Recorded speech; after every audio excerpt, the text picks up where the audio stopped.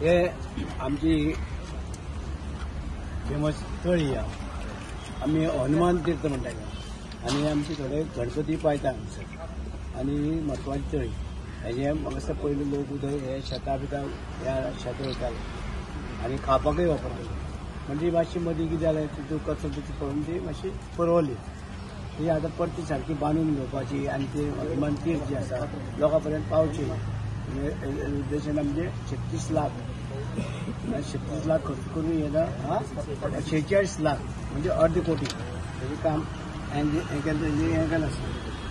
आनी आमचे भुरगो आसा हेजो 46 लाखाचे म्हणजे जवळ जवळ